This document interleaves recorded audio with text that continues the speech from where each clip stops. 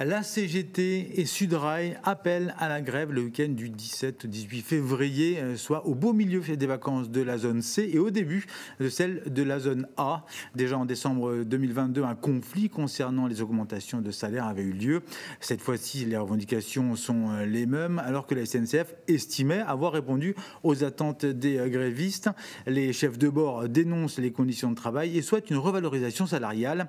Il y aurait, selon une estimation, entre 70 et 90% de grévistes. Pour en parler sur le plateau, Marina Piqueri, chef de bord à Brest. Bonsoir. Bonsoir. Il y a un peu plus d'un an, vous avez bénéficié justement de l'augmentation d'une prime mensuelle de 60 €, une revalorisation aussi tous les 4 ans et le recrutement de 160 nouveaux contrôleurs. Ce n'est pas suffisant ? Alors, ce n'est pas suffisant parce qu'on avait mis sur la table aussi les conditions de fin de carrière, parce qu'avec tout ce qui s'est passé, notamment la réforme des retraites, nous en tant qu'agents SNCF et contrôleurs, nous sommes amenés à faire beaucoup plus. À la base, moi par exemple, quand je suis rentrée, je devais partir en retraite à 55 ans. Là, je devrais partir entre 7 et 9, faire 7 ou 9 ans supplémentaires, donc avec un rythme de vie qui est très compliqué. Donc c'est pour ça qu'on veut reparler justement de cette fin de carrière et de la pénibilité du métier. Vos conditions de travail et de rémunération ne sont plus suffisamment attractives aujourd'hui à vos yeux. Tout à fait. C'est pour ça que l'entreprise a énormément de mal justement à recruter. On s'y retrouve. Alors, quelles sont justement les conditions minimum à vos yeux pour éviter le débrayage de ce week-end ? Quelles sont vos revendications ? Justement, que l'entreprise fasse ce qu'elle avait promis justement en décembre 2022. Elle nous avait promis qu'on se retrouve pour parler justement de la fin de carrière au premier semestre 2023. Ce qu'elle n'a pas fait, elle ne veut toujours pas parler de ce problème de pénibilité qui pour nous est très important.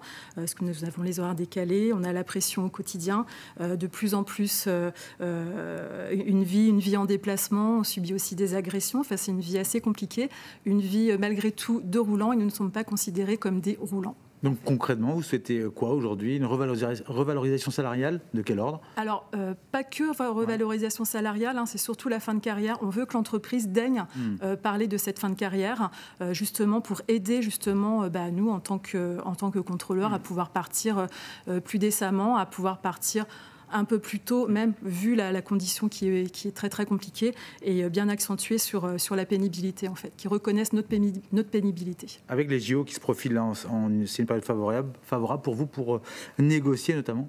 Alors bien entendu, moi je n'aime pas être en grève, je préfère aller au travail, mais quand on a une entreprise qui ne veut pas répondre justement à nos attentes et à nos questions, malheureusement on est obligé de taper fort. Ils avaient été prévenus quand même en fin d'année dernière et ils n'ont pas répondu favorablement, ils ont repoussé l'échéance et du coup voilà, on est obligé de... Ouais. Alors Christophe Fanichet, le directeur général de la SNCF Voyage, espère assurer au moins un train sur 2 ce week-end. Merci Marina Piqueri, vous êtes chef de bord à Brest. Merci.